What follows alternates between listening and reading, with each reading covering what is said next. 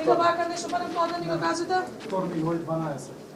Под дводневните остри преписки меѓу владата и ИВЗ поглаварот на исламската заедница најави дека ќе прозбори за 2 дена. Денеска ги избегна медиумите движејќи се кон своето столче во првиот ред, како гостин на лидерот на ДУИ и коалициски партнер во владата, на која токму Реджепи даде ултиматум од 10 дена да ги реши проблемите со верскиот имот.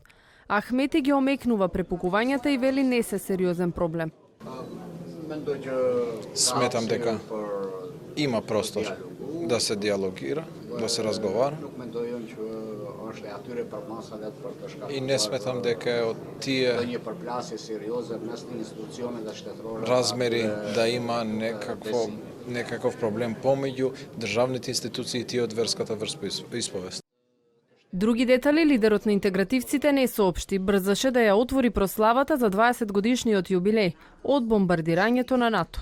За разлика од него, подпредседателот на владата и министер за внатрешни, писмото на ИВЗ вчера го оцени како сериозна уцена, а владата првично најави дека размислува да го извести јавното обвинителство.